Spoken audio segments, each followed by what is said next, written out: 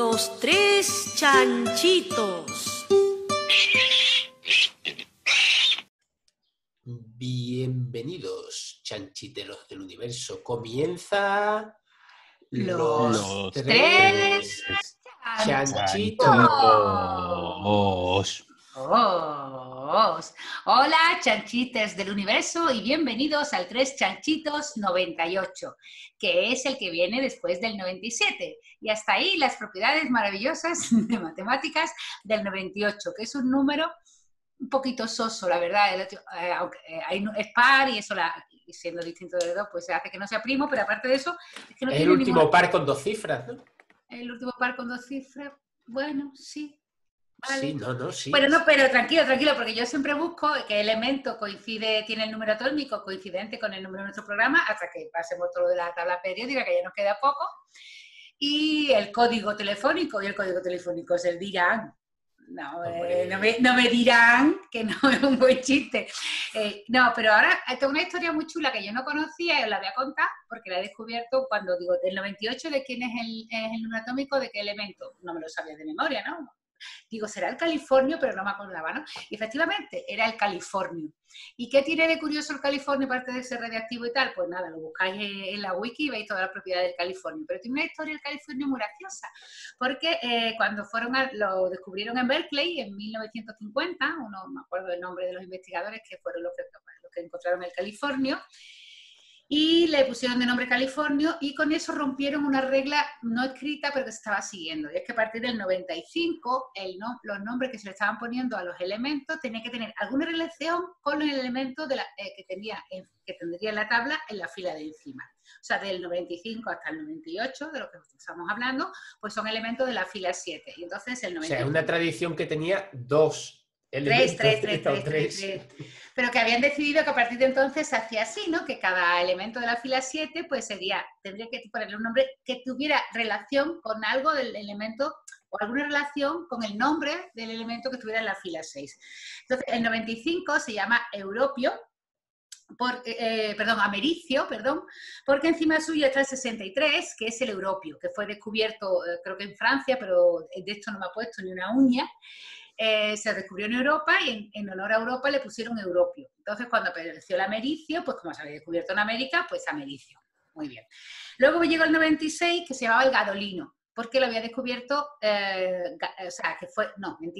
se llamaba gadolino en honor a un científico, Gadolin, que había descubierto un elemento químico que tengo por aquí, el itrio. Entonces, el 64, el 64 llevaba el nombre de gadolino. ¿Y qué hicieron con el 96? Pues ponerle el nombre de otros científicos que hubieran descubierto elementos radiactivos. ¿Y cómo se llama el 96? Curio, en honor a los Curie. Muy bien. Entonces luego venía el 97 y encima tenía el terbio, la fila 6, que el terbio lleva ese nombre en honor a la ciudad donde fue descubierto, que fue una ciudad sueca que se llama Ytterby o algo así, pues de Ytterby, terbio, por terbio. Y entonces al 97, como se descubrió también en Berkeley, pues le pusieron Berkelio, ¿vale? Que era muy chula la regla, si lo piensas. Pero ¿qué pasó? Que cuando llegó el 98, encima tenía al disprosio. Hombre.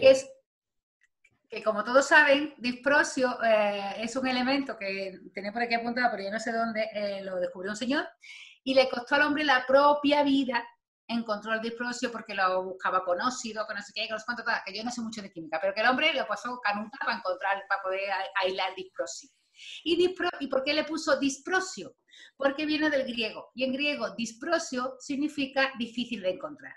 Así que cuando llegaron nuestros amigos de Berkeley y descubrieron el 98 que tenía que tener un nombre relacionado con eso, pues no sabían qué ponerle. Decía, es que no se nos ocurre nada. Dice, le ponemos Californio, que también donde está la universidad, y dice, porque en algún sentido California hace un par de siglos era muy difícil de llegar. Así que es una historia muy chula porque no sabían cómo arreglarlo rompieron la tradición los pobres porque la verdad es que no había forma de encontrar alguna relación. Podían haber puesto, aunque fuera latín plus disprosio o algo así. Más difícil de encontrar todavía. Es verdad. El disprosier. Pues nada, no sé, a mí me gusta la historia y yo como no la conocía, me pareció curiosa, pues parto con nuestros chanchites y ahora nuestros chanchites químicos pues me dirán que he metido la pata en alguna de las cosas que he dicho. Para eso estamos, para esto. Entonces, hoy no va a ser un programa, hoy no tenemos entrevistas, pero sí es un programa especial porque va a estar todo dedicado a una persona que nos vamos a entrevistar por varias razones. La primera porque murió el pasado 11 de abril, John Horton Conway, uno de los matemáticos más destacados del siglo XX. Y vamos a dedicarle el programa a él, a hablar de él, de su matemática y también de su forma de ser, que era muy especial. Pues os cuento unas pocas notas bibliográficas que tengo aquí apuntadas. Él nació en Liverpool en el 37 y se fue a estudiar con 17 años, creo, 18, no sé, se fue a estudiar a Cambridge. Y en ese viaje fue donde él decidió cómo iba a ser. Es muy bonita la historia porque la cuenta un amigo en un artículo que he leído, que ahora no lo puedo buscar. Porque Conway era una persona que no sé si sufría bullying, pero que era muy introvertido. Se metía mucho con él. Era una persona muy, muy delgada y por lo visto, cuando era joven, no sé, de mayor, porque no he tenido la suerte de conocerlo. ¿Tú lo has conocido, Alberto? Sí. ¿En persona? Sí. Yo no lo he llegado a conocer en persona. Bueno, pues era muy delgado todavía, ¿no? Sí, bueno, no daba la sensación de delgado, pero se pueden ver muchas imágenes de cómo era. Yo lo conocí en el año 94 y se conservaba relativamente bien y más o menos el mismo aspecto. O sea, relativamente poco antes de morir tenía un aspecto muy similar al que yo le conocí. Y también era un poco atemporal. Se podía decir que era difícil determinar su edad. Bueno, pues este hombre cuando era joven, cuando estaba en el instituto, estaba en un instituto donde se metía mucho con él, porque era muy desgarbado, muy alto, muy dejado y además muy amanerado. Eso no lo sé si tú lo apreciaste. Y entonces un profesor muy simpático del instituto le puso de apodo Mary, porque era como una persona así que se podía, muy sensible, muy apocado y tal, y entonces pues se cachondeaban de él por eso, por el nombre de una chica. Luego el profesor. Un profesor, sí. El bullying Maravilla. empezaba por arriba, ¿no? Sí. Eso se lo contó él, bueno, lo contó él a un amigo. Entonces luego lo cambiaron a otro instituto también allí en Liverpool y un día otro profesor también de la misma escuela de pedagogía que la anterior, pues le preguntó qué quería hacer y le dijo que quería ser profesor de matemáticas en Cambridge. Y entonces el profesor como que se cachondeó un poco de él porque no era muy listo, porque él pensaba que no era muy listo, Conway, y entonces le llamaban The Prof, ¿no? Y se cachondeaban todos de él. Entonces él, tanto salió de un instituto... Podría ser de Prof Mary. De Prof, no, hombre, ya no decían Mary. Pero sí que, hombre, es una historia muy triste. Sí que él cuenta que estaba absolutamente, pues, introvertido porque todo el mundo se reía de él. Primero por ser una niña débil y luego porque se reían de él porque él quería ser profesor en Cambridge. Y lo fue en Cambridge y en Princeton, pero bueno. El caso es que... Antes de llegar a Cambridge, hay una cosa curiosa, una relación... Que todavía no llega a Cambridge. Como estaba ya, decía que iba para Cambridge con 18 años, has dicho eso. No, que en el tren, cuando él iba en el tren para Cambridge, o sea todavía no ha llegado, tienes razón. Vale, pues entonces, ¿es antes de llegar a Cambridge? Sí. Venga, pues dilo. Su padre, no me recuerdo cómo se llama, Cindy me parece que se llamaba o algo así, tenía un nombre un tanto extraño. Tuvo varios oficios y eso. Era un hombre que le gustaba mucho, tenía muchas curiosidades, le gustaba leer, manipular cosas, hacer como experimentos y demás y eso. Y entonces, gracias a esas habilidades, lo contrataron como de técnico de laboratorio en un instituto. Al padre. Sí. Al padre, técnico de laboratorio en un instituto. Y en ese instituto, pues había, por ejemplo, 2 alumnos que después fueron famosos, un tal Paul McCartney y George Harrison. Coño. ¡Qué suerte! Sí, porque además la casa que tenían los padres de Conway daba a Penny Lane. Güey. Qué tío, qué crack. Bueno, pues este muchacho... Qué crack por haberse mudado a esa casa, ¿eh? Puta madre. Creo que Conway nunca vivió, que el propio Conway nunca vivió allí. Me parece que se mudaron antes digamos que eran los padres. Pues lo que os iba contando.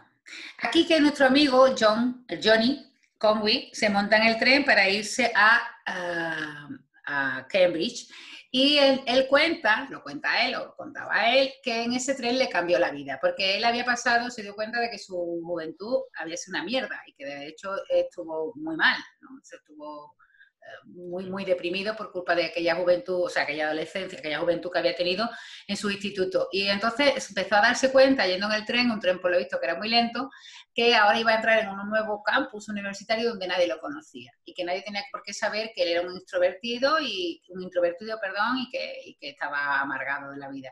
Entonces decidió que iba a ser una persona absolutamente extrovertida, absolutamente estrafalaria y absolutamente llamativa. Y eso fue lo que fue. O sea, que no estrafalaria, sino que fue una persona extremadamente extrovertida, bueno, un poco ególatra, según él mismo, decía.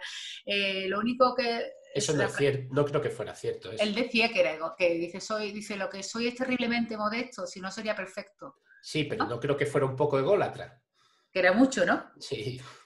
Y bueno, y allí estuvo en Cambridge.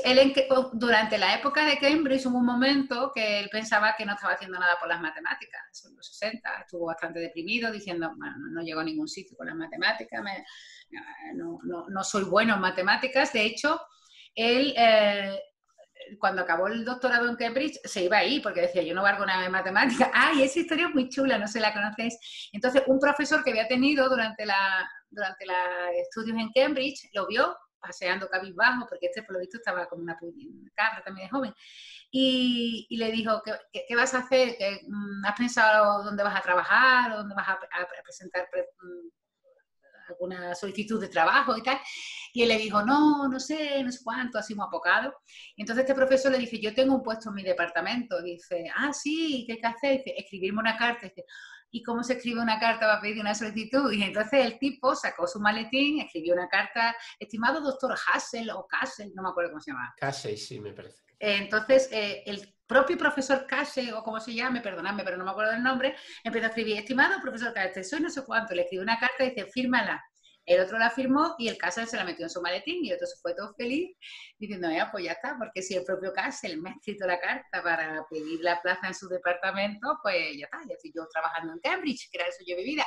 Y luego recibe una carta de Castle diciendo, lo siento, pero no has conseguido no has conseguido el puesto, había otro mejor. Y sin embargo, al año siguiente le escribió otra vez este señor, que ahora no me acuerdo del nombre. No, creo que en la misma carta le decía, o algo así, sí, tienes tu razón. O sea, le volví a escribir como diciendo, la propia carta que usted me escribió anteriormente sirve como solicitud, y al año siguiente ya entró en Cambridge. Y digo que, bueno, ahora te dejo que hablarte de las matemáticas, que él sobre los años 60 estaba así un poco agobiado porque no avanzaba, pensaba que nunca va a saber llegar, que no le salía nada en investigación, que no valía para la investigación, pero empezó una época buena, que supongo que ahora nos va a contar las matemáticas que se las hemos dejado a él. Y tan bueno que recibió una invitación para ir a Princeton a dar unas conferencias, y cuando estaba allí pues le ofrecieron un puesto de trabajo, y allí donde estuvo trabajando, ocupando la cátedra John von Neumann en la Universidad de Princeton, pues trabajó en un montón de cosas, tuvo 21 estudiantes de doctorado, o sea, le dirigió la tesis 21 personas, entre ellos a Borchers, que fue medalla Fields en 1998, y bueno, es uno de los mejores matemáticos, uno de los matemáticos más destacados del siglo XX. Y solo voy a terminar con una frase, a ver si la encuentro para decirla tal cual, porque la he copiado, que ha dicho Henry Tao. Bueno, Atiyah, por ejemplo, que es otro crack del que hemos hablado aquí, en Los Chanchitos, decía de él que Conway es el matemático más mágico de todo el mundo. Y Tao dice una frase que le voy a tener que explicar, pero a ver si la encuentro, si no la voy a decir de memoria, como la recuerdo. Ha dicho que seguramente, no la encuentro, bueno, pues la voy a decir como la recuerdo, que Conway era un vértice de la envolvente convexa de los matemáticos. Y yo habréis quedado todo muy bien, pero a mí me ha parecido muy bonito. Ahora voy a explicar lo que es la envolvente convexa y ya me callo yo un rato. La envolvente convexa de un conjunto de puntos en el plano, por ejemplo, si nos quedamos en 2 dimensiones, imaginaos que tenemos pues no sé, un plano, ¿no? Una cartulina muy grande o una madera, una tabla muy grande, y clavamos puntillitas, muchas puntillitas aleatoriamente en los sitios que nos dé la gana. Pues, ¿qué es la envolvente? Eso serían los puntos, ¿no? Los puntos como son puntillitas, pues están un poquito levantados. Entonces, ¿qué es la envolvente convexa? Pues la envolvente convexa es el menor conjunto convexo que contiene esos puntos, y eso se obtiene, para que os hagáis una idea, cogéis una goma elástica, la abrís, la soltáis alrededor de las puntillas y se quedará pegada a las puntillas de la frontera de la envolvente convexa y dará una forma, dará un polígono convexo. Convexo es que no tiene bolsillitos para adentro. Bueno, pues esa es la envolvente convexa de un conjunto, ¿no? Entonces, lo que decía Tao es que este hombre Conway era una de las puntillas en la que se apoya la goma. No sé si se ve en un podcast, si se ve la imagen, pero es muy bonito, ¿no? Porque todo está dentro de la envolvente convexa y los del borde son como los que nos protegen. Y como yo trabajo mucho en envolvente convexa, pues me parece una comparación muy bonita. Por eso la he contado, igual no la habéis entendido. Pero bueno, luego, si me buscáis John Conway y todo me da mucha rabia, y a él le daría mucha rabia si pudiera, por cierto, ha muerto de COVID, no sé si lo he dicho, a causa del COVID-19, a los 82 años, y una cosa que me da mucha rabia, porque sé que a él le daría mucha rabia, es que en todos los obituarios, que no han sido muchos, supongo que también tiene que ver con en la época de pandemia que estamos y que la universidad está como está, bueno, la universidad y el mundo está como está, pero siempre se hace alusión a su juego de la vida, del que hablaremos un poco también. Pero él estaba muy frustrado porque decía que había pasado, que todo el mundo le asociaba a eso y que había hecho otras matemáticas bastante interesante, y la verdad es que sí. Y entonces ya ahora me voy a callar un ratito y voy a dejar que Alberto y Enrique nos cuenten la matemática. Cuéntanos. ¿Qué nos traes? Voy a decir que nos traes, Alberto, y así metemos un cochinito, que los echo de menos con las entrevistas y eso. ¿Puedo? Sí, mujer, claro, porque no va a poder. Me voy a preparar, si no se van a hacer silencios en la radio, pero yo me voy a preparar. Hombre, vamos a ver, ha habido gente como el loco de la colina que ha fundamentado su carrera en eso, vamos, en quedarse callado mirando al otro durante 15 minutos, vamos. Y todavía no sabemos por qué le llaman de la colina, ¿no? Bueno, pues... por los Beatles.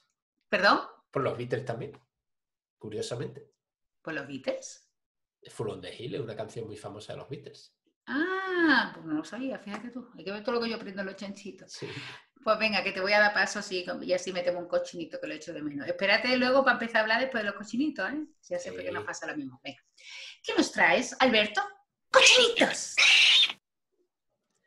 Bueno, hombre, es difícil hablar digamos, de las matemáticas de Conway, pero Conway, como tú bien decías antes o sea, cuando estuvo en Cambridge, él tenía la sensación de que no hacía matemáticas. ¿Por qué?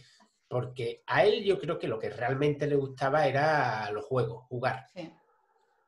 Le encantaba jugar. Según su biógrafa, es muy recomendable el libro de Siobhan Roberts sobre Conway. Esta mujer además... Ah, bueno, claro. Es una mujer, vale. Sí. Pues desde ahí es donde sacaba yo lo de la historia del tren, de un fragmento. Es una mujer, sí. Entonces, perdón. Poco menos que estuvo, vamos, no, ni poco menos, estuvo conviviendo mucho tiempo con los Conway y demás y eso, cuando hizo la biografía. Biografía que, por cierto, aunque al principio fue un poco reticente Conway, después le agradaba mucho que él ser el sujeto de una biografía porque, como hemos dicho, era muy, muy ególatra. Muy ególatra y según la misma esta también...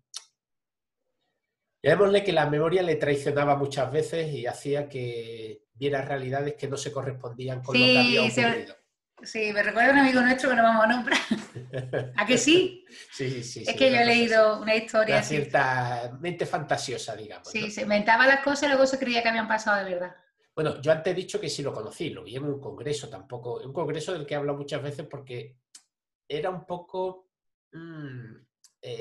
raro aquello, ¿no? Porque era un congreso en el que también estaba Paul Erdos. Y entonces la estrella absoluta era Paul Erdos. Y a mí en ese momento me daba la sensación de que Conway estaba como un poco desubicado, ¿no? Porque él estaba acostumbrado en esa época, año 94, a ser la estrella de fuera donde fuera y allí no lo era, ¿no? Y desenfocado.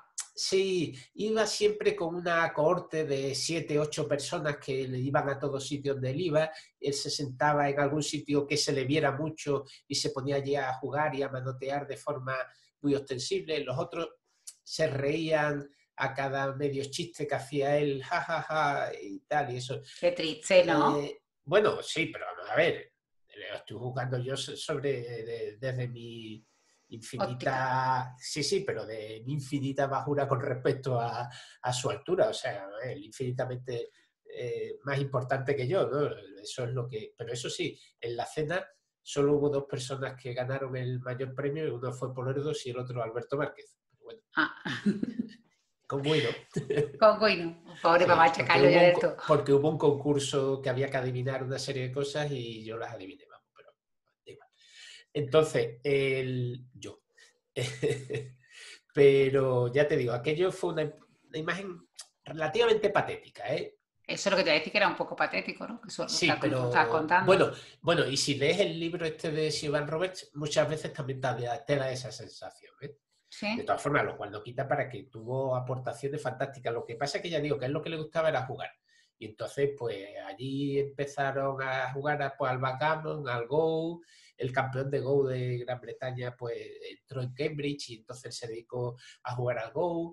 Y él se dedicaba a los juegos. Se inventaron también en esa época un juego que tiene que ver con teoría de grafos, que es el juego de los brotes. Se pintan unos cuantos puntos en el plano, y entonces se unen 2 puntos por una línea siempre que no cruce a ninguna otra línea. Y se crea un nuevo punto en medio de la línea. ¿De acuerdo? Chulo. Entonces, chulo. Siempre te sale un grafo como mucho de grado de Valencia 3 y sí, porque, bueno, perdón, no lo he dicho. No, porque de Valencia 3. Sí, porque, como mucho. Porque la valencia de un grafo, para nuestros escuchantes, nuestros oyentes, la valencia de un grafo es el número de rayitas que salen. Un grafo son puntos y rayas. Entonces estamos poniendo puntos, 2 puntos lo unimos con una raya, plantamos otro punto en medio.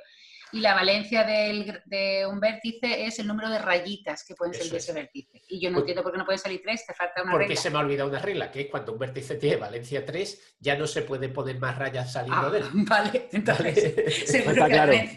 Entonces seguro que la valencia máxima es 3, eso está clarísimo. Claro, y es plano, entonces no se puede construir, pero salen una infinidad de combinaciones y hay estudios sobre cuáles son los grafos que se pueden generar con estos brotes y demás, ¿no? Qué chulo. Eso por una parte. Ese, por cierto, creo que fue la primera vez que Martin Gardner recogió algo hecho por Conway. Entre Conway y Martin Gardner hubo una cierta relación. Sí, claro. Gardner recogía muchas de las cosas que hacía Conway y demás, ¿no?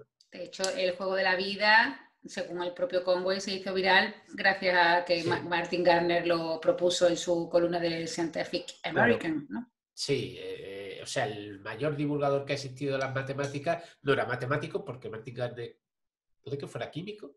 No recuerdo. No lo sé. Y hizo muchísimo por cierta parte de las matemáticas, ¿no? Pero mucho. Yo me he divertido muchísimo con Martin Gardner. Y muchos matemáticos, yo no lo conocía, pero yo soy un mojón, quiero decir, pero que muchos matemáticos son matemáticos por culpa o gracias a Martin Gardner, a su columna y a su libro de divulgación. Sí, a su artículo de la columna de la investigación y ciencia. Entonces, bueno, pues él sí que tenía esa sensación de frustración que se rompió a partir de, quiero recordar, 1968, que hubo un Congreso Internacional de Matemáticas en Moscú. Entonces, ¿qué? Entonces, en ese congreso le hablaron de teoría de grupos. Los grupos son básicamente, o sea, imaginemos cualquier figura, un cubo, un icosaedro en el espacio, y cuántos movimientos podemos hacer de tal forma que lo deje exactamente igual. Entonces, no recuerdo el cubo, no sé si tiene 24 movimientos que lo dejan exactamente en la misma posición. O sea, uno mira un cubo, uno le aplica un movimiento, lo vuelve a mirar y está en la misma posición que estaba. O sea, tiene el mismo aspecto que tenía al principio, ¿no? A lo mejor se ha dado la vuelta o lo que sea. Sí, claro. Todas las caras son indistinguibles. Entonces, existen grupos infinitos con infinitos elementos que no son muy interesantes y grupos finitos con un número finito de elementos. Y existen diversas familias y después unos cuantos grupos esporádicos que son muy grandes, ¿no? Y se conocían algunos desde años antes, ¿no? Pero quedaban algunos huecos por rellenar.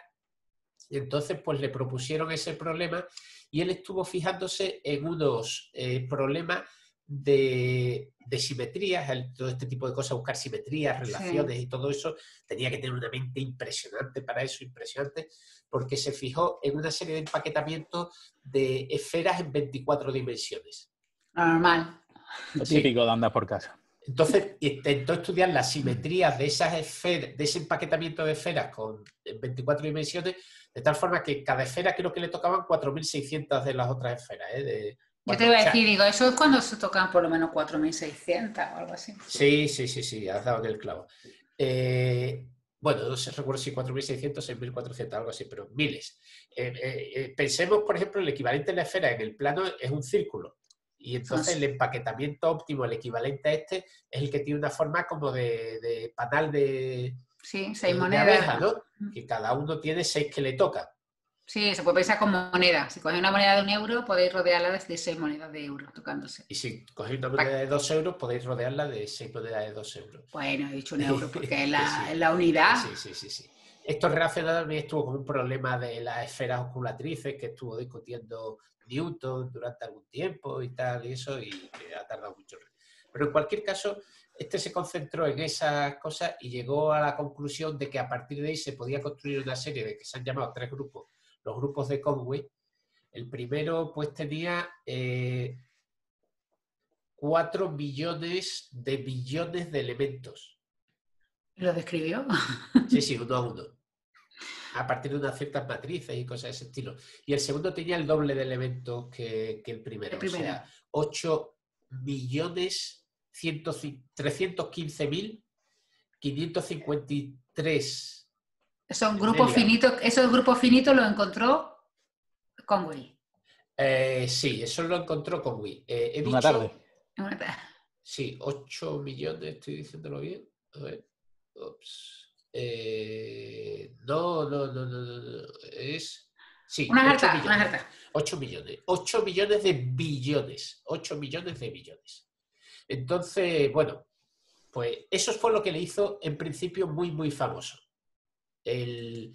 Porque a partir de ahí él fue el impulsor de una cosa que se llamó el Atlas de los grupos finitos. A él le gustaba mucho todo esto de clasificar, le gustaban mucho las estrellas, saberse los nombres de las estrellas y cosas de ese estilo. Cualquier cosa que sirviera para clasificar. Y entonces pues construyó lo que es, junto a otro, el Atlas de los grupos finitos. El teorema de clasificación de los grupos finitos, al cual él le dio un fuerte impulso, es posiblemente la obra más ingente de matemática que existe, porque una demostración de que de la lista de los grupos que existe y que solo existen esos y no más, que son cientos de miles de páginas. Sí. Eso es más importante que el juego de la vida, por ejemplo. Claro. Que eso es una de las cosas que me indicaba que él había hecho el Atlas de los grupos finitos, y no sé si vas a hablar del Monsters Moonshine. Bueno, es uno de... Sí, o sea, es uno de los... Que encontró una relación entre la teoría de grupos y... Él encontraba muchísimas relaciones entre unas cosas y otras. Un resultado muy curioso que no lleva... que en principio, bueno, se ha estudiado después mucho, pero que no parece de mucha trascendencia, son los frisos de Coxeter-Conway o de Conway-Coxeter. Hay, creo, un vídeo de Numberphile, que es fantástico, porque sí, ¿te acuerdas que lo vimos, Enrique? Sí. De los números que se iban rellenando. Te dice cómo bueno, te hace ver cómo funcionaba la mente del tipo cómo relacionaba unas cosas con otras y demás, y eso, porque los frisos están relacionados con los grupos cristalográficos, con los movimientos del plano, de nuevo con las simetrías y cosas de ese estilo. Entonces, supongamos que ponemos una fila todo de unos, un montón de unos, ¿vale? Y ahora, la siguiente fila, en medio de cada uno, debajo de cada uno, entre dos unos, ponemos números enteros. Y a partir de la siguiente empieza la magia, porque en cada rombo exigimos que el producto de los dos picos de arriba y abajo sea menos los dos picos horizontales, digamos, los dos picos horizontales, ese producto valga 1. No Entonces, sé si se va a ver eso en bueno, da igual, ¿no? O sea, una regla aritmética sencilla relacionando cada 4 números contiguos. Por cierto, esto lo contó Coseter, me parece, primero a una serie de alumnos. Dice que dio una audiencia a una serie de alumnos muy, muy aventajados de postdoc y demás, no recuerdo dónde, y que les puso un friso de eso y preguntó que si alguien sabía las reglas que seguían los vecinos para construir el siguiente. Y nadie fue capaz de hacerlo. Y le hizo la misma pregunta a Paul Erdos y en 2 segundos ya lo tenía la respuesta. Porque Paul Erdos también le funcionaba la mente medio rapidillo. Hombre, por eso es ponerlo. Ya. El caso está que entonces empezamos con uno, en medio de cada uno ponemos el número que nos dé la gana y después vamos siguiendo esa regla. Ya digo que es... Podemos poner Sí. el vídeo de Numberphile en la descripción. Es que si Sí, no, si yo no creo se que si no. busca frisos de Conway Coseter. Pero es que el vídeo, lo digo el vídeo de Numberphile porque está el tío lo cuenta muy bien. Sí. Muy Y bonito. además, o sea, no solo que cuente muy bien, que explique muy bien las matemáticas, lo explica muy simple, parece muy simple, sino que, ¿cómo se dice? El hilo argumental, cómo va sacando luego por qué ocurren las cosas, es muy bueno.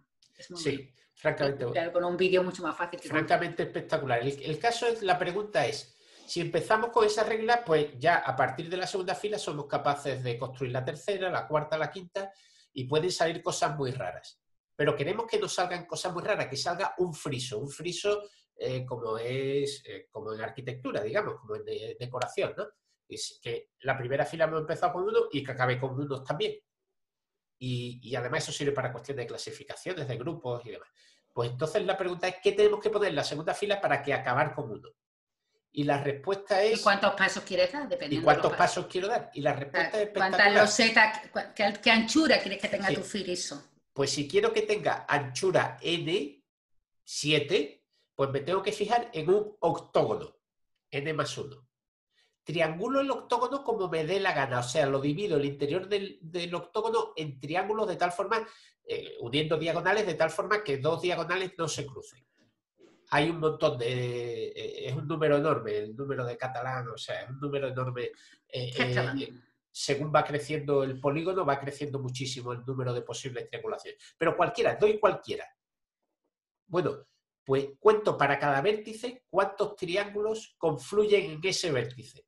Estás haciendo un spoiler del vídeo de narices. Bueno, y exactamente esos son los números que tengo que poner en la segunda fila. Para cualquier triangulación de cualquier octógono, en este caso, si quiero que tenga 7 filas. De verdad que recomiendo, sí, es de verdad que recomiendo a todos los chanchiters que lo vean porque tanto si les gusta la matemática como no, es una preciosidad y es una cosa, wow, es muy impactante. Es alucinante eso, sí. Sí. Lo podemos poner en el blog, cuando pongas esto, ponlo en la descripción para que lo vean, porque es impactante. Además, el tío lo cuenta súper bien. Sí. Y es más fácil en un vídeo. Tío muy bueno también. Sí. Bueno, él después, ya digo, tuvo muchas aportaciones en muchos campos porque le gustaba mucho eso, jugar, cogerse un problema y dedicarse a ese. Encontró los monstruos, según él dijo, se puso encerrado como 24 horas seguidas y Aquí le está sonando el WhatsApp todo el rato. A mí no, desde luego. Y ya... Bueno, no pasa nada, no pasa nada. No, pero vamos a dejarlo porque estamos grabando algo, ¿eh? Sí. ¿Y qué? Entonces, bueno, ya no sé qué estaba diciendo. Bueno, en cualquier caso, monstruo, que es lo del monstruo. Que lo sacó un momento jugando con él, vamos. Y también, por ejemplo, él contaba mucho otras sucesiones, otras cosas que él se preocupaba de ver. Hay una sucesión muy famosa que empieza con 11, 1, 1, 1, 1. Entonces después sigue con 2, 1. Después sigue 1, 2, 1, 1. Y hay que saber qué regla sigue. Y él no fue capaz de sacar la regla. Porque a él le gustaba mucho jugar, pero perdía casi todos los juegos. Le gustaba mucho el Go y perdía. Le gustaba mucho el backgammon y no ganaba nunca, etc. Y esto tampoco él fue capaz de sacar la regla. Ay, perdón. Sí.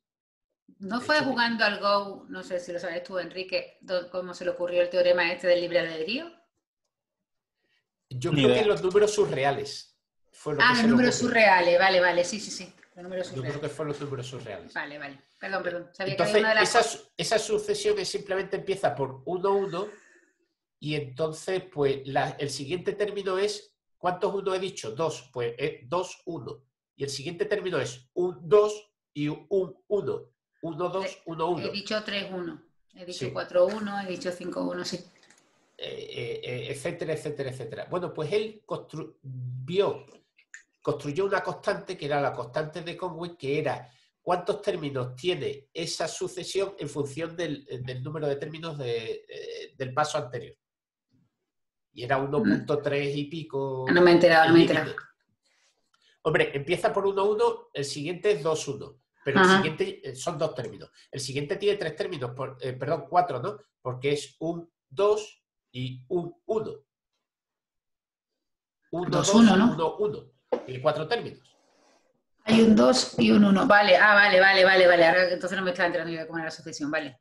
Vale, pues si se hace esa sucesión, cada una tiene un número de términos con respecto a la anterior. Y entonces a él se le ocurrió que esa era que tenía un cierto límite, cómo progresaba el número que era 1.3 no sé cuánto, una constante, que además demostró que ese número era algebraico. ¿Qué significa que es algebraico? Que es la raíz, la solución de un polinomio. Y encontró el polinomio, que es un polinomio de grado 71. ¿Ese es el polinomio de Conway que usan en nudos o no? No, ese es el nudos trabajó para intentar hacer cosas de clasificación de nudos. Hay muchos polinomios asociados a nudos. De hecho, hay aportaciones de físicos importantes en teoría de nudos, ¿no, Enrique? Sí. Witten se llevó la medalla Fields por demostrar que la teoría de nudos se podía explicar a través de teoría cuántica de campo. ¿Witten tiene una medalla Fields? Witten tiene una medalla. Puede que sea el único físico que le dieron la medalla Fields, ¿no? Vamos, No, único pero físico medalla quiere Fields, decir que se ha dedicado a... Pero medalla, bueno, no sé, medalla Fields ya hay muchas dadas, ¿eh? No sé si habrá alguien más que sea matemático y físico, que sea matemático y físico no es tan difícil. Sí, pero Witten difícilmente era matemático, ¿no? No, era físico. Es físico. Físico matemático, pero físico. Sí, pero físico. Pues nada. Y entonces, bueno, sí, lo último ya, porque para terminar... No, que yo quiero contar un juego de Conway para nuestros oyentes. Cuentas, sí, pero para terminar digo lo que yo quería decir, 2 cosas más. Una son los números surreales. A él le gustaba mucho lo de los números surreales porque decía... ¿Surreales o surrealistas? Ah, no, surreales. Surreales. No se lo puso Conway el nombre, se lo puso Nutt, como no sé cómo se dice. Sí, Donald Knuth. Que es otro de los nudos. Que tiene un libro sobre los números surreales. Vamos, un libro que dice Knuth que escribió en 6 días. Es un libro de diálogo. Es un libro de diálogo y tal. Sí, como 2 estudiantes. El subtítulo es como 2 estudiantes se enamoraron de las matemáticas. Se enamoraron de las matemáticas, no sé qué, y eso y tal. Sí. Lo conozco, lo conozco de oída, no me lo he leído. Bueno, se lee rápido, lo escribió en 6 días. Dios puta, envidia. Y dice que después era incapaz de escribir nada más. Estaba de sabático, creo, en Noruega, me parece que decía. Y entonces los números surreales está inspirado precisamente en el juego del Go. Y lo interesante, lo que le gustaba mucho a Conway de los números surreales, con su ego y tal, entroncando con su ego, es que decía que él había inventado más números de lo que el resto de la humanidad juntos. O sea, toda la humanidad había inventado, pues... los naturales, los enteros, los racionales, los irracionales, reales, complejos y demás, y la cantidad de números que él había inventado era mucho mayor que el resto de la humanidad juntos. Y tiró el micro, ¿no? ¿O no? Sí, se dio la vuelta. Sí, se agarró la huevada. La idea está... Los números surreales están definidos por pares, digamos. Un par donde... tenemos un número surreal a la izquierda y un número surreal a la derecha, y hay una relación que el de la izquierda tiene que ser más pequeño que el de la derecha. Pero claro, desde el momento que es capaz de construir como un número surreal algo equivalente al infinito a todos los naturales, pues también es capaz de construir un número surreal que es más pequeño que todos los naturales. O sea, pensemos en todos los números alrededor de pi, ¿no? Todos los números reales alrededor de pi. Pues antes de pi hay infinitos reales y después de pi hay infinitos reales. Pues el número surreal, hay números surreales infinitos, de hecho, entre pi y cualquier número real que sea más grande que pi. Y entre pi y cualquier número real que sea... Es como decir pi partido por 1 por el cardinal del infinito, en algún sentido, ¿no? Se puede identificar con eso. Y ese sería un segundo paso. Después hay más y más y más pasos. Hay tantos como queramos.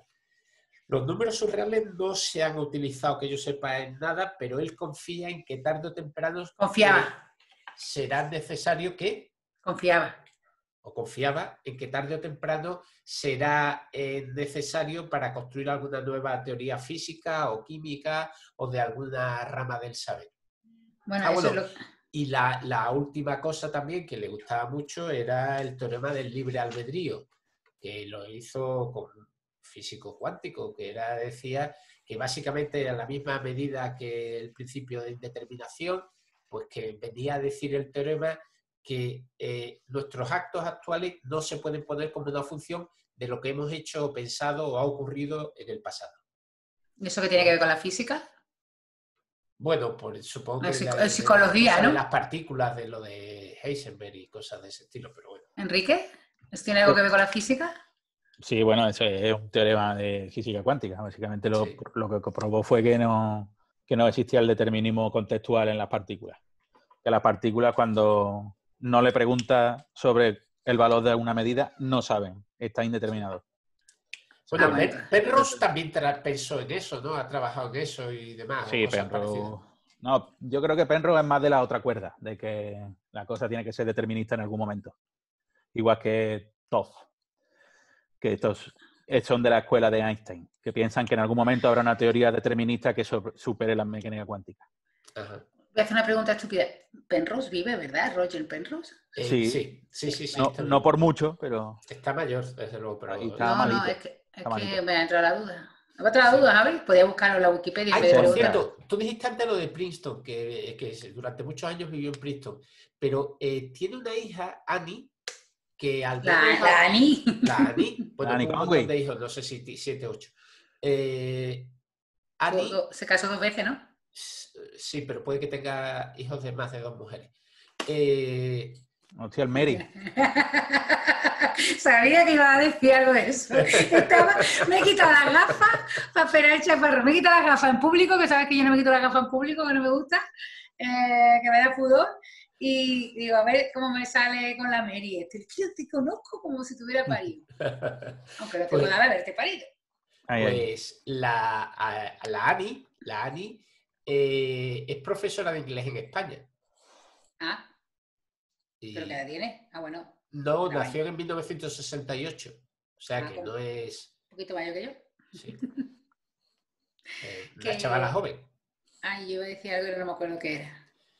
Lo que no sé dónde, no sé si nuestros oyentes pueden encontrar dónde. He encontrado una Annie Conway, pero es que no sé si se llama Conway de apellido ella ya, que es profesora de inglés en Ávila, pero no sé si es ella. Pues bueno, ¿está escuchando? Bueno, Está escuchando. Y estamos aquí haciendo el saludo, que mongolo. se ponga en contacto con nosotros, vamos. Que la entrevistamos. Bueno, pues aparte de... Bueno, tú has contado las matemáticas duras y tal, ¿no? De Conway, bueno, sí, pero de forma suave, espero. Bueno, sí, lo que pasa es que pero los números surreales son muy difíciles de entender. Sí. Idem para una matemática, ¿no? Pero que, como decíamos, no sé si Enrique quiere decir algo de lo del teorema de, ¿cómo se llama? ¿Del libre albedrío? ¿O no? Free Will Theory. Sí. ¿No te apetece? Bueno, pues entonces, si me dejáis, como estamos en época de confinamiento, bueno, John Conway fue, como para su desgracia, pues fue conocido, o lo que trascendió más es lo del juego de la vida. El juego de la vida es un jueguecito que podéis jugar con lápiz y papel, y que si no, y os podéis buscar el juego de la vida en Google, que además, como se acaba de morir Conway, pues hay artículos por todos sitios explicando el juego de la vida. Si no, ponemos un enlace a uno mío. Voy a vender mi artículo, de donde yo lo explico en ABC Ciencia, y bueno, es una cosa que es muy común y tal. Bueno, es un autómata celular que tiene mucha importancia también. Sí, pero no me voy a poner a explicarlo, es que quiero explicar otro juego. Como ahora estamos en cuarentena, pues él tenía un juego que me hace mucha gracia cuando lo descubrí. Es, como había dicho Alberto, pues le encantaba inventarse juegos. Y uno de los que se inventó se llama Fútbol, pero se escribe con P-H-U en lugar de F-O-O, como se escribe fútbol en inglés, pues en lugar de F-O-O ponéis P-H-U, fútbol, Y la PH viene de philosophy porque él le llamaba que era el fútbol de los filósofos. ¿Por qué? Porque mantenía él que para jugar fútbol no hacía falta sudar, que se podía jugar fútbol con un lápiz y un papel. Y entonces es un juego que es muy gracioso y lo voy a contar porque como estamos en confinamiento, pues igual pues, podéis jugar con vuestra pareja, con vuestro cuñado, pero que no esté confirmado, no, vuestro cuñado, con quien queráis, ¿vale? Con niños y tal. Y consiste en juego que el fútbol de los filósofos, el fútbol, con PH, consiste en poner una cuadrícula, espérate que lo tenía por aquí apuntado, que era 19 por 15, ¿vale? Y ahora marcáis así, vamos a marcarlo, os voy a marcar un poco, no hace falta que marquéis nada, fuera. Una cuadrícula 19 por 15, ¿vale? Y ahora en todo el medio de la cuadrícula, que si lo marcáis del 1 al 19 y luego de la A hasta la O creo que llega, pues las letras, como si fueran los barquitos, pues en la posición H10, que es la posición absolutamente central de la cuadrícula empieza una fichita blanca que puede ser una monedita, ¿vale? Porque no tenemos una ficha blanca. Del papel cuadriculado ponemos una fichita blanca o del color que queráis, que es el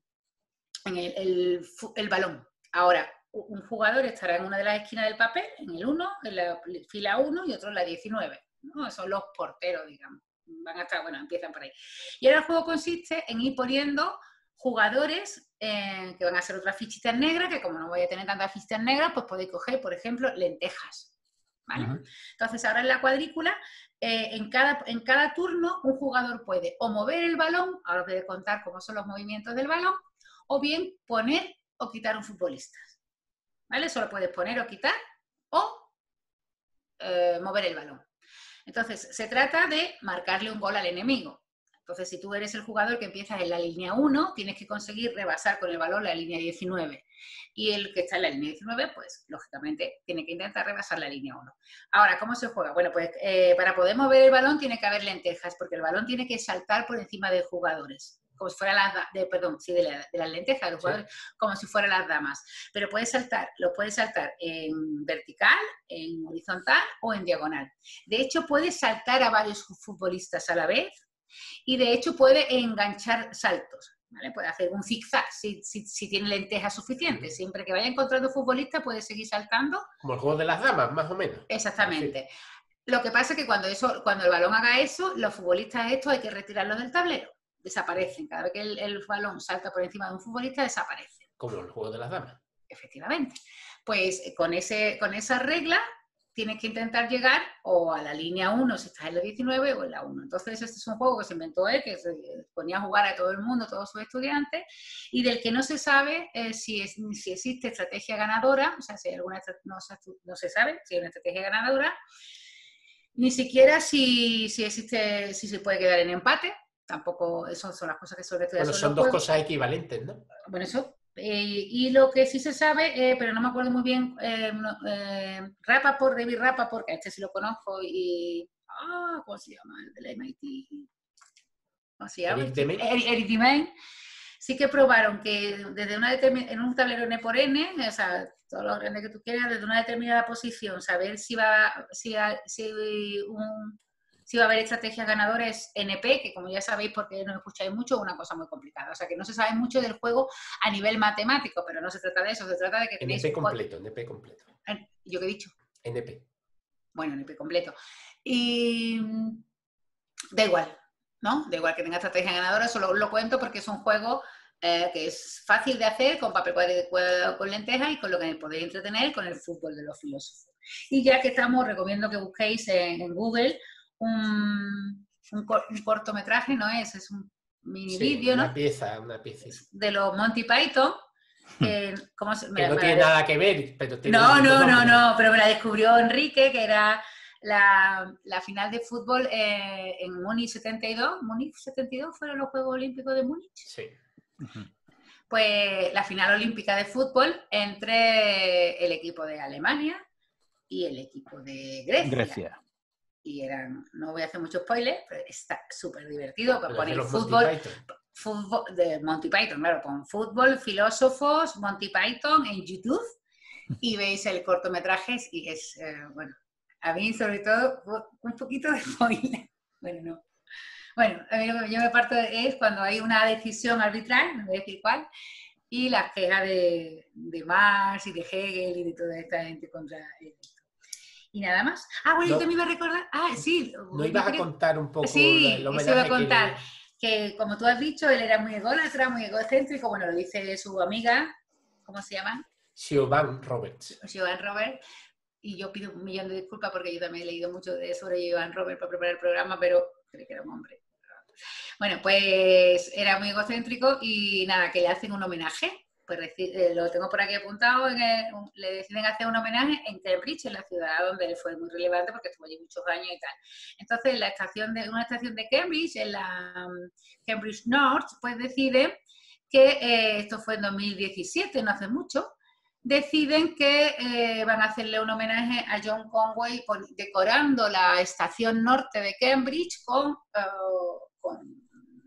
instancias, con diagramas o con dibujitos correspondientes al juego de la vida de Conway. Ahí está. Muy bonito y muy fino. Precioso. La idea era maravillosa. Con un pequeño detalle que cuando Conway fue a verlo, dijo, eso no es mío. ¿Ahora qué? Eso no es el juego de la vida. Y de hecho, como dijo, él posiblemente fui muy influyente en Cambridge, pero desde luego no lo he sido en sus estaciones de tren. Y lo más curioso de esto es que cuando hablan con el arquitecto dice, ya sé que no es de Conway, pero que este es más bonito. Entonces lo que había hecho el nota, en vez de poner una posición, los juegos de la vida son cuadritos blancos y negros, por si alguien no lo ha visto nunca, ¿no? Luego ahora lo buscáis en Google, pero si no lo habéis visto nunca, los juegos de la vida son una cuadrícula con algunos cuadritos blancos y otros cuadritos negros. Pues él había cogido otro dibujo que le había parecido más bonito, que era una variante de otro autómata, inspirado desde luego en los de Conway, que había hecho Stephen Wolfram, que además era un estudiante de Oxford, o sea que le habían hecho un homenaje con uno de la competencia y además no te dice, no, es que este es más bonito que lo que sale en el juego de la vida. Y luego los arquitectos son así. Los arquitectos son así. Y luego ya el arquitecto pues decía, bueno, al fin y al cabo, los autómatas de Wolfram están inspirados en Conway, con lo cual esto es un homenaje a Conway. Claro. Bueno, pues ya déjame que termine con esta historia que me hizo muchísima gracia, o no sé si Enrique es cordobesa, sobre Córdoba, no sé si Enrique se la sabe de memoria, yo no la conocía, pero me la contó Javi, nuestro amigo Javi, del podcast El Planeta Cuñado. Planeta Cuñado. Le mandamos un saludo al Planeta Cuñado de Javi. Yo no, es un podcast que no se puede escuchar. ¿Por qué? Está lleno de cuñado. Porque vuelve que se llama Planeta Cuñado, ¿no? Ah, entonces debe ser por eso. Pues algo parecido en Córdoba, que en el 94, estoy leyendo los datos porque si no, no me lo sé, el 24 de octubre de 1994, pues decidieron que le iban a hacer un monumento al general Lázaro Cárdenas, el día de San Rafael. Mexicano. ¿Qué? Mexicano. No, fue el presidente que acogió a los republicanos. Exactamente. Bueno, pues entonces, claro, pues como... Por cierto, hoy mientras grabamos esto es 14 de abril. Efectivamente. Bueno, pues este gente dice, vamos a hacerle un monumento al general Lázaro Cárdenas por acogernos un país. Y total, pues claro, para semejante... Que no le falte de nada. Exactamente, semejante Fausto, pues llaman al padre, ¿no? Al hijo, que era, a ver si lo digo, Cuauhtémoc Cárdenas Solorzano. Están allí el alcalde, toda la gente, para arriba, para abajo, y cuando lo destapan, dice, señor alcalde, este no es mi padre. Y entonces el alcalde dice, tapadlo, por favor. Y luego otro que estaba allí decía que sí, hombre, que sí es general, el otro que no es mi padre. Y por lo visto había uno por allí, se lo cuenta, hay una entrada en un blog que me pasó Javi, que es graciosísima, y dice que sí, lo que pasa es que es un artista de los modernos, le ha puesto la cabeza muy grande. Total, que al final el hombre no era el exe, que habían puesto a Benito Juárez, que se ve que... Era mexicano también, da igual. Bueno, sí, él diría, pues ¿qué me va a dar un mexicano que otro? Para adelante. Y nada, lo quitaron y ya, yo no sé cuándo fue, la universidad, ya el servicio de documentación de la Universidad de Córdoba fue el que ya dio con una imagen que sí. y ya no sé desde cuándo lo estoy buscando. Pero Está bueno, subsanado, está subsanado. ya está subsanado, pero es un poquito más llamativo que lo de Conway, porque que te llamen te traigan desde México para ver a tu padre, que ya han puesto otro, pues regulero. Bueno, Pero me dice muchas gracias. Las esta cosas que historia. pasan en Córdoba, claro. Esas cosas nada más que pasan en Córdoba. ¿Dónde está la estatua, Enrique? ¿Tú lo sabes? no me sé la calle, pero sí sé dónde está. Está en el centro, sí. ¿Pero en un sitio Sí, claro. céntrico? Ujú. Pues nada, pues ya nos llevará a En el comer unos cocollitos. ¡Oh, qué rico! Ay, qué rico. Unos cogollitos y unos pinchitos ¿cómo se llama el bar ese de los pinchitos de los cogollos? Rafalete. Rafalete, ¿no? Rafalete. Es que en Córdoba todo se llama Rafael, ¿no? Todo el mundo. Menos yo, claro. Bueno, pero tú no eres de Córdoba. Bueno, pues yo no sé si queréis que contemos algo más. No cuento más nada, ¿no? Sí, ya estamos, ya hemos más que cumplido nuestro tiempo. El No, tiempo es por que el que no. nos pagan. Por si, para los curiosos y para que también se entretengan, porque está la gente muy aburrida en sus casas. Él tiene un algoritmo Conway para saber qué día de la semana era cualquier día de la historia. Sí. La historia del universal. Se llama el Doomsday Rule, o la regla del fin del mundo. Es muy chula, lo que pasa es que contarla es un poco largo. Sí, un algoritmo, sí. Es un algoritmo, pero que te permite saber, pues, por ejemplo, no sé, ¿qué día fue el 14 de julio de 1789? ¿En qué día de la semana cayó, no? Es fundamental saberlo. Claro, o el 26 de enero de 1971. Marte. Era martes, sí. Creo que sí que era martes. Que nació una gran matemática española, ¿no? Cosas así. Pues tiene un algoritmo que se llama el Doomsday Rule, la regla del fin del mundo, que es chulísimo para calcular qué día de la semana era cualquier día de histórico del año. Entonces, como contarlo en la radio, o sea, en el podcast es un poquito complicado y tal, y como ya para que lo veáis más reposado, pues lo que yo estoy invitando aquí a nuestro editor del podcast, que es Alberto, es que hay una entrada donde nuestro amigo Miguel Ángel Morales, Gaussianos, que fue donde yo lo descubrí hace tiempo, lo cuenta perfectamente, con ejemplos, muy despacito, muy bien, para que aquellos que se quieran entretener en saber pues qué día era, no sé, cualquier día de la historia que les resulte. El 4 de julio. El 4 de julio, ¿cuándo fue el 4 de julio? ¿Ese de qué año era? ¿1900? ¿Cuánto? No. 1800... 1800, sí. No sé cuánto. ¿De qué? ¿De lo de El de los Estados Unidos. 1789, ¿puede ser? 1700, sí, 1700, 1800 no. Bueno, 1789 puede ser, sí. ¿También el mismo año que la Revolución Francesa? No, entonces no fue antes, Bueno, creo, ¿no? ¿antes? A ver. No. No. Espérate, lo estoy buscando, pero no hagamos silencios. A ver, 1776. Sí, fue antes. 1776. Sí, Han sí, obtenido sí. premio. No. Bueno, señores. Bueno, lo dejamos por aquí ya. Sí, y hasta aquí ha llegado. Ay, nos hemos dicho que vamos a tener una invitada muy especial para el próximo chanchito, ¿no? Ya lo anunciaremos en las redes. Vale. Y hasta aquí ha llegado. Los tres chanchitos.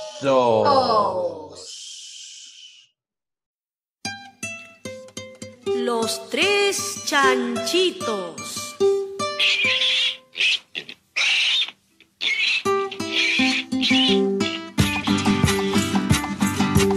Muy bien. Ahora le toca a los tres chanchitos. Eso.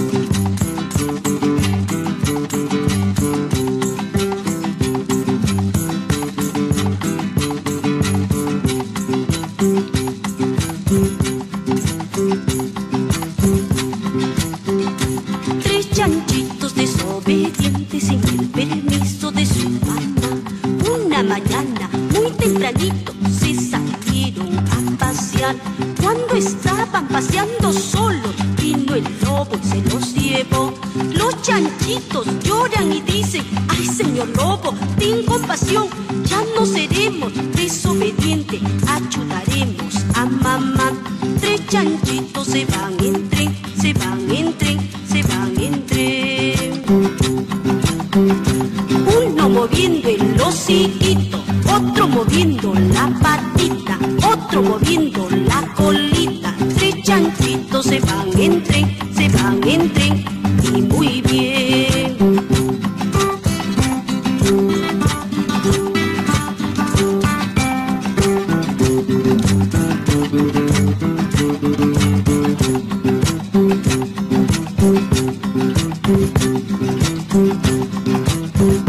Tres chanchitos desobedientes sin el permiso de su mamá. Una mañana muy tempranito se salieron a pasear. Cuando estaban paseando solo, vino el lobo y se los llevó. Los chanchitos lloran y dicen: ay, señor lobo, ten compasión, ya no seremos desobedientes, ayudaremos a mamá. Tres chanchitos se van en tren, se van en tren, se van en tren. Uno moviendo el hociquito, otro moviendo la patita, otro moviendo la colita. Tres chanchitos se van en tren, se van en tren,